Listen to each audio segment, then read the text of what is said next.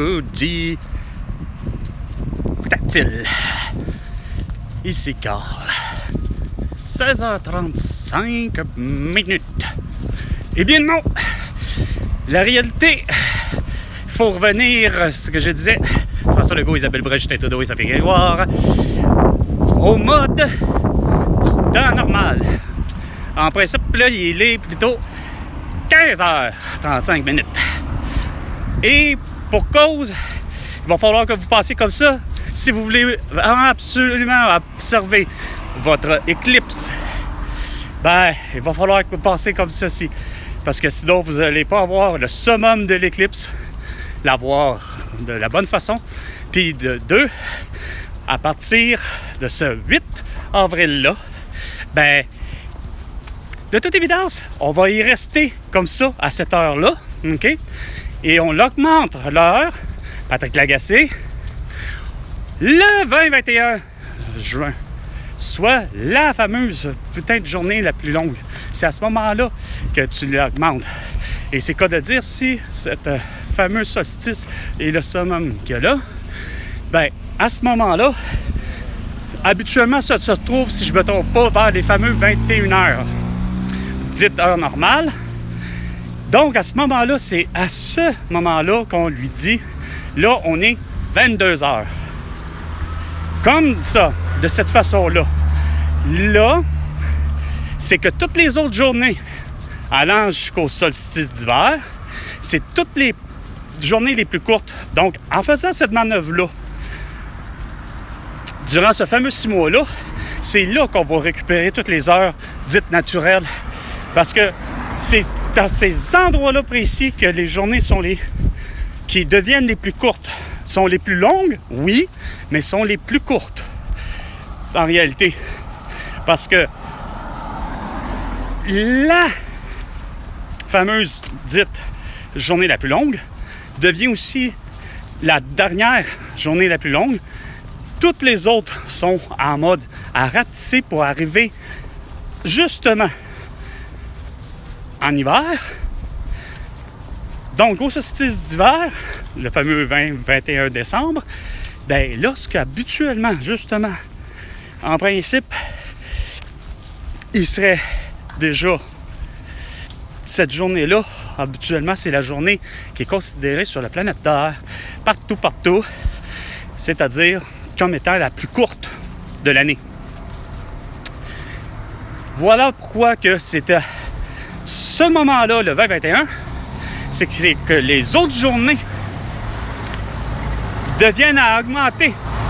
Dans le fond, la réalité un peu bizarre, c'est que pour ce qui est de la planète Terre, dans son changement de saison, c'est qu'est-ce qui est curieux, c'est que pour son horloge à elle comprend curieusement que, oups, le 22, 23, 24 et le fameux 25 décembre, soit Noël, ben c'est déjà des journées qui commencent à être les plus longues.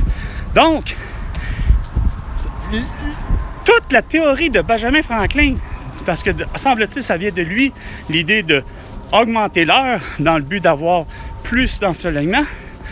Oui, c'est vrai, ça a du sens, mais la planète Terre n'a jamais su le placer au bon moment.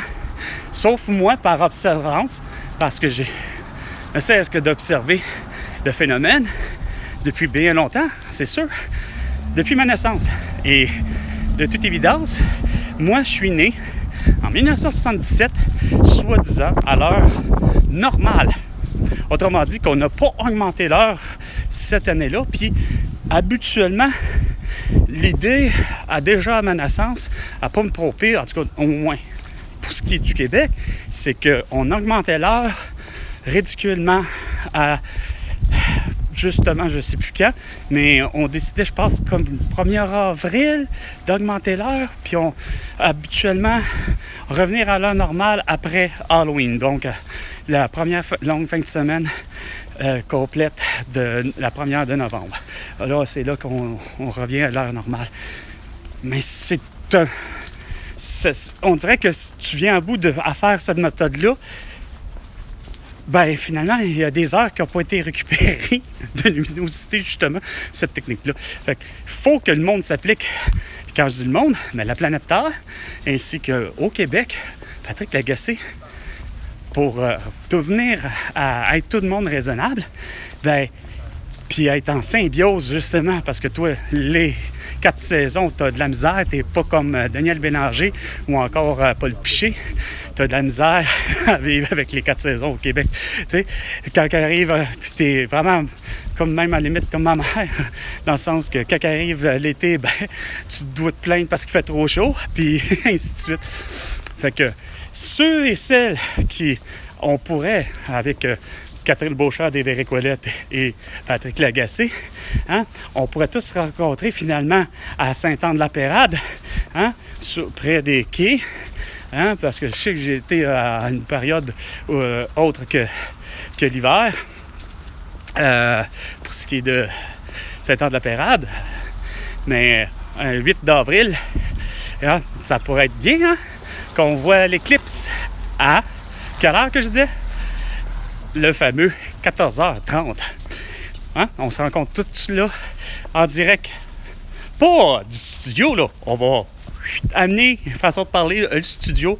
Puis, s'il vous plaît, amenez rien. Puis encore moins même vos lunettes. Quoique, veuillez peut-être amener vos lunettes fumées, là, vos lunettes fumées pour le soleil. Parce que, oui, je vais tenter de le faire, ça se fait. Mais c'est vrai que de regarder le soleil, c'est la même putain d'exposition qui est dans le même type, quoi. Ben, les coups de soleil. Fait que la peau peut avoir un coup de soleil, puis ben, à regarder trop longtemps le soleil, ben, peut amener effectivement un coup de soleil à la rétine. Et bon, est-ce que ça amène à l'aveuglement? Peut-être, est possible. Hein? Tu sais, ça dépend du coup de soleil. Si tu as un coup de soleil qui est l'équivalent d'être brûlé au 3e degré, bah, je pense que tu vas risquer d'être effectivement aveugle si tu ne l'étais pas. C'est peut-être une possibilité. Parce que en ce moment, là, je regarde le soleil en plein visage. Ah ben, le soleil qui, de toute évidence, par exemple, pas très,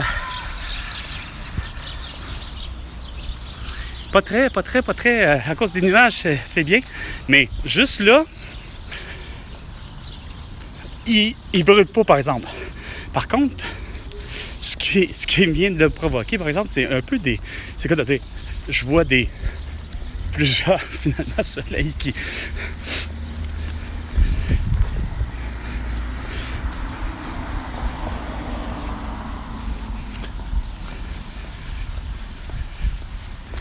Wow.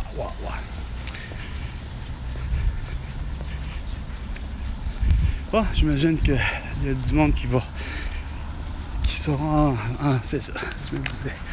Ça n'était pas leur moteur. Il y avait tellement une grosse file, par exemple, un peu en avant-midi. Non, pas en avant-midi, pas en tout du tout. Qu'est-ce que je dis là, moi? Non, mais je suis venu avant le 15h, puis il y avait une file jusqu'ici. Puis j'ai dit au monde, éteignez vos moteurs. Le monde ne comprend pas. Ils veulent l'avoir à l'amende de 2500 $. En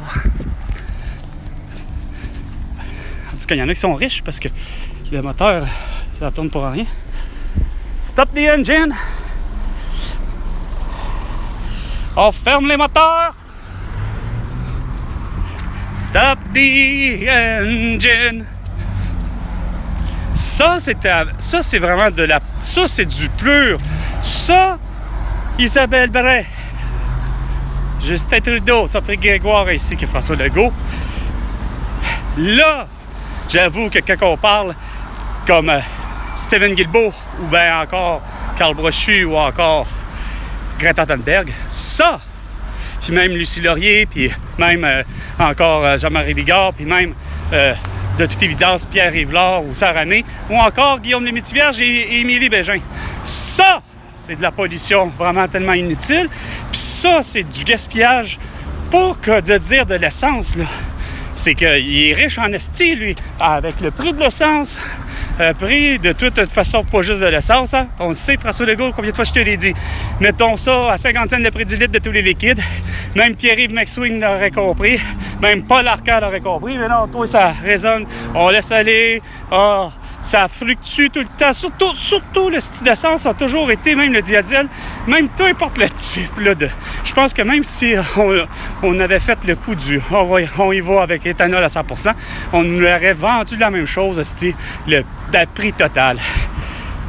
Au lieu de comprendre 150 cents le prix du litre, même ton SK, Steve, va se vendre. Puis le monde va se garrocher pareil, par exemple, plus sur du Pepsi ou encore Coke ou autre avant SK, bizarrement. Là, ce sera une question de goût. Mais sur ce, c'était Carl et François Legault. Tu me dois 100 milliards de dollars pour toutes tes conneries. À la prochaine chicane.